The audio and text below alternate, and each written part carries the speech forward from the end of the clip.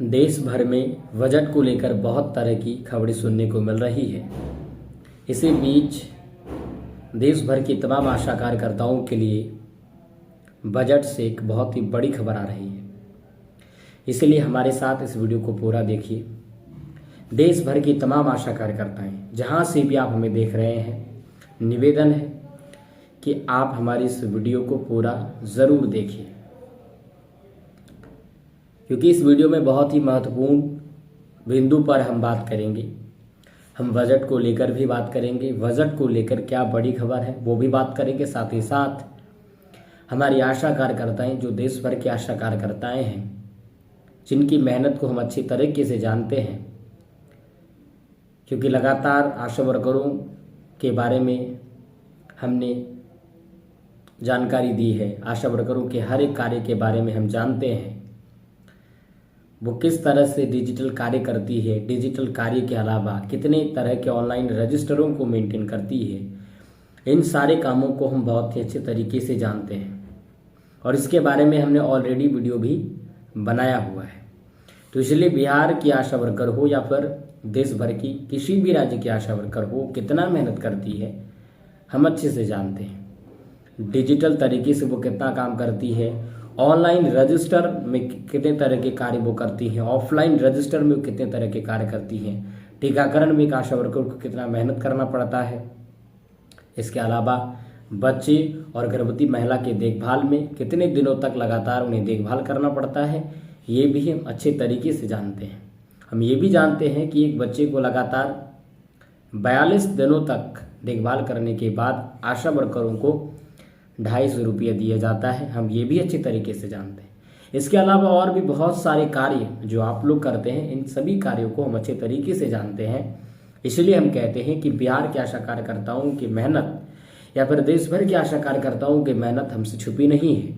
हम तमाम आशा कार्यकर्ताओं के मेहनत को जानते हैं और उनके मेहनत को मेरा सलाम है। इस वीडियो में हम बजट के ऊपर बात करेंगे और साथ ही साथ 12 फरवरी को जो देशव्यापी हड़ताल होने जा रहा है उसके बारे में भी हम लोग बात करेंगे।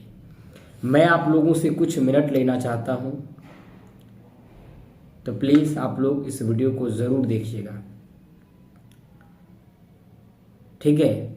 मैं आशा वर्करों के उस दुख को समझ सकता हूं कि किस तरह से वो अभी अपना परिवार चला रही होंगी। लगातार 6 महीने से पेमेंट नहीं मिलने के बाद किस तरह से वो अपना परिवार चला रही होंगी, हर एक काम किस तरह से संभाल रही होंगी। इस दर्द को हम महसूस कर सकते हैं, क्योंकि हमें लगातार कॉल आते रहते हैं। लोगों की परेशानियां हमें देखने को मिलती है, बहुत तरह की परेशानियां उन्हें हो रही है, बहुत तरह की दिक्कतों का सामना उन्हें करना पड़ रहा है।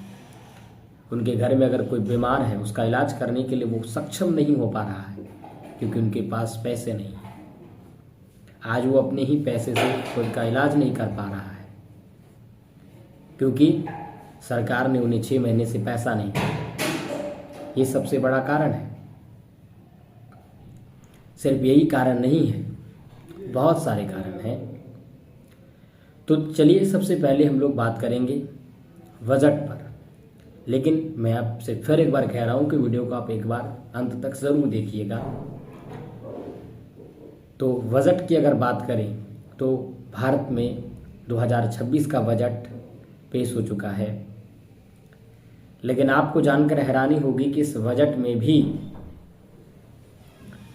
ये जो बजट पास हुआ, लोगों ने, मीडिया ने बहुत जो है सारी बातें की इस बजट के बारे में। ये जो बजट सत्र जारी हुआ, इसके बारे में लोगों ने बहुत तरह की बात की, मीडिया ने बहुत सारी बातें की, बहुत लोग खुश भी हैं इस बजट से। लेकिन हमारी जो देश भर की आशा वर्कर हैं, जो स्वास्थ्य विभाग की रीढ़ मानी जाती है, उनके लिए इस बजट में कुछ भी नहीं है। ये सबसे निराशाजनक वाली बात है। ये इस बात को मैं मुझे कहना पड़ रहा है कि ये भारत सरकार, जो वित्त मंत्री है निर्मला सीतारमण, उनके नेतृत्व में ये बजट पास हुआ और इस बजट में 2026 के वित्तीय बजट में आशा वर्करों के लिए कुछ भी नहीं। तो ये शर्मिंदगी वाला बात मुझे आपके सामने करना पड़ रहा है। बजट में आप लोगों के लिए कुछ भी नहीं है, इसलिए हम बार बार कह रहे हैं कि सोने का दिन गया और राज्यों की आशा कार्यकर्ताओं को तो चलिए कम से कम उनका बकाया इतना नहीं है कि 6 महीने तक पैसा ना मिला, हो सकता है, और राज्यों का, लेकिन हमारे बिहार के आशा वर्करों का पेमेंट 6 महीने तक नहीं मिला। किस तरह से वो अपना परिवार चलाती होगी वो शब्दों से हम बयान नहीं कर सकते। उनका दिक्कत सिर्फ वो आशा कार्यकर्ता ही समझ सकती है, अपने दर्द को, अपने तकलीफों को सिर्फ और सिर्फ एक आशा कार्यकर्ता ही बता सकती है। तो सबसे बड़ी बात यह है बजट को लेकर कि इस बार के बजट में भी आशा कार्यकर्ताओं को निराशा हाथ लगा है। आशा कार्यकर्ताओं के लिए इस बार के बजट में भी कुछ भी नहीं है।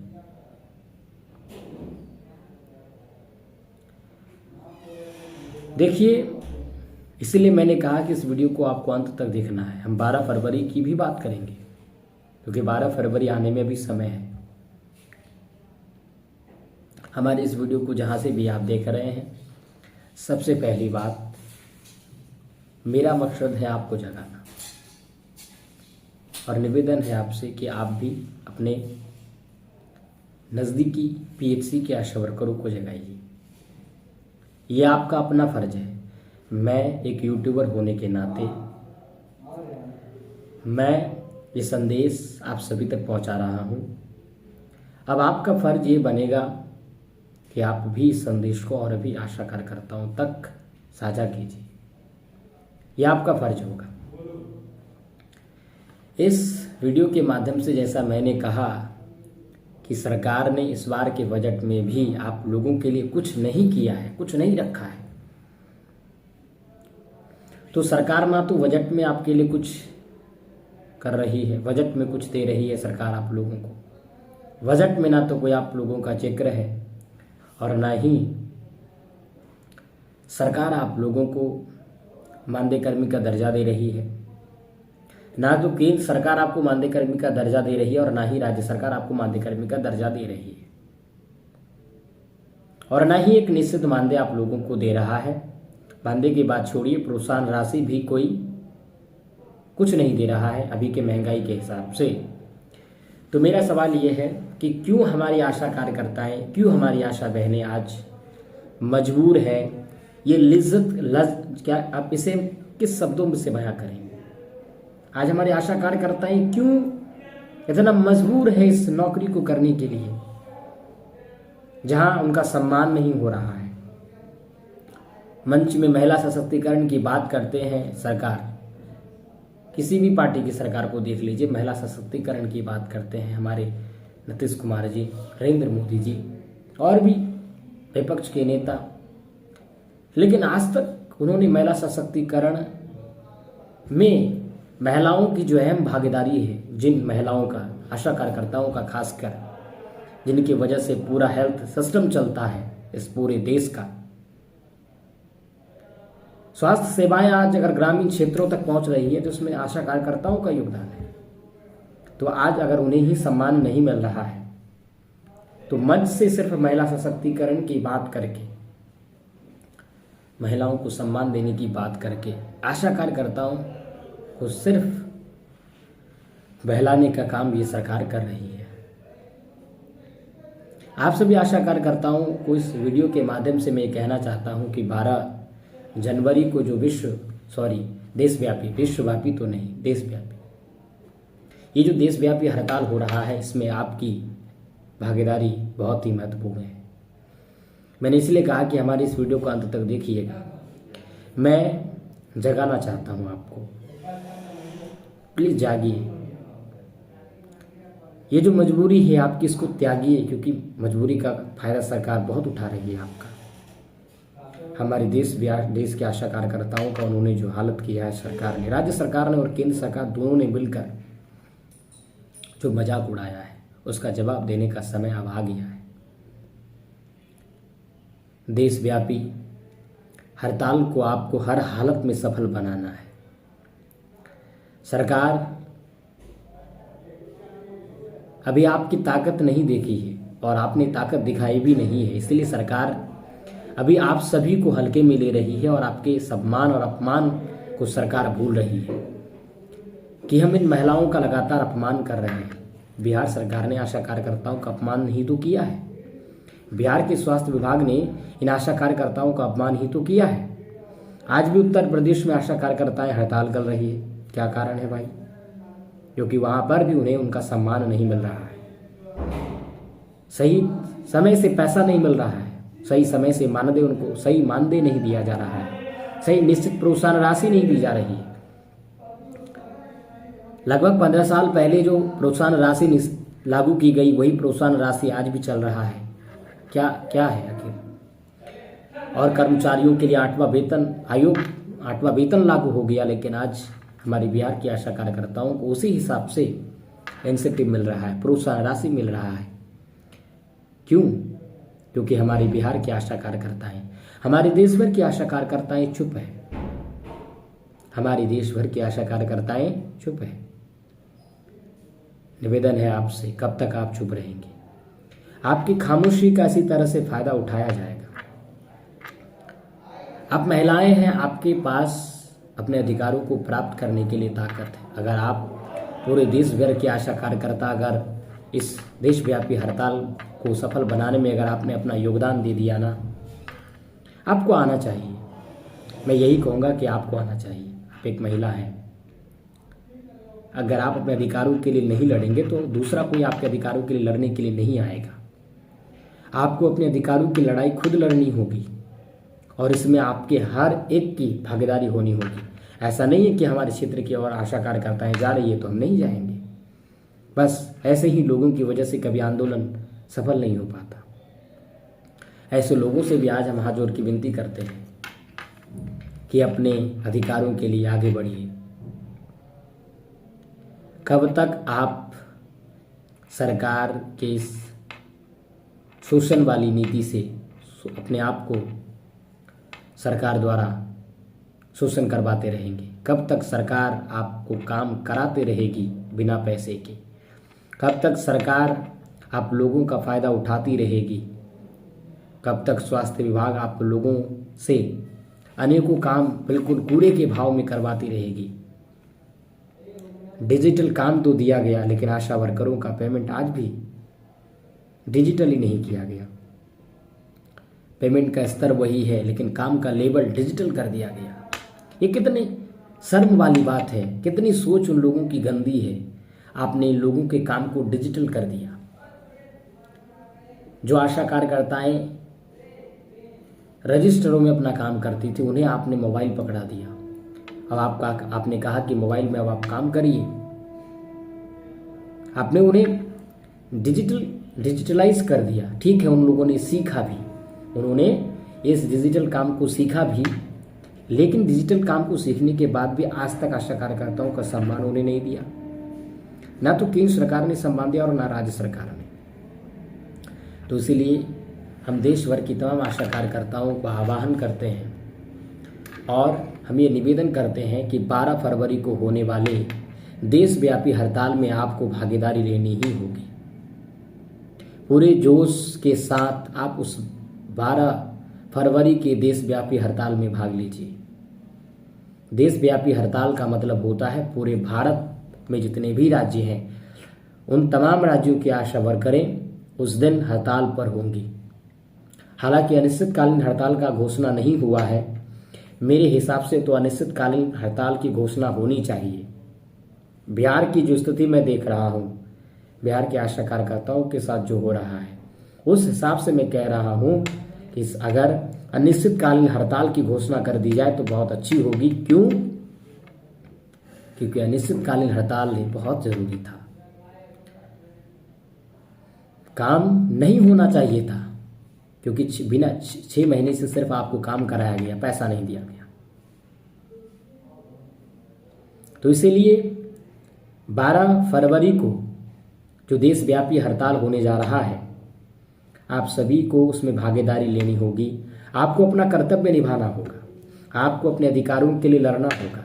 मैं एक यूट्यूबर होने के नाते आज आप सभी आशा कार्यकर्ताओं का आह्वान करता हूं और आप सभी आशा कार्यकर्ताओं से मैं निवेदन करता हूं कि 12 फरवरी के उस होने वाले देशव्यापी हड़ताल में आप ज़रूर हिस्सा लीजिए। किसी भी तरह से आपको हिस्सा लेना है मन के साथ। उन्होंने कहा भी है कि आप लोग मन धन तन आप इन सभी के साथ इस देशव्यापी हड़ताल में भाग लीजिए। आंदोलन होता है, आप समूह में हैं, आप ग्रुप में हैं, आप उस संगठन का हिस्सा हैं, तो आपको उस संगठन का साथ देना होगा। अगर आप संगठन का साथ नहीं देंगी तो संगठन टूट जाएगा, संगठन कमज़ोर पड़ जाएगा। तो इसीलिए उन्होंने कहा है कि तन मन धन से आप जो है इसमें भाग लीजिए।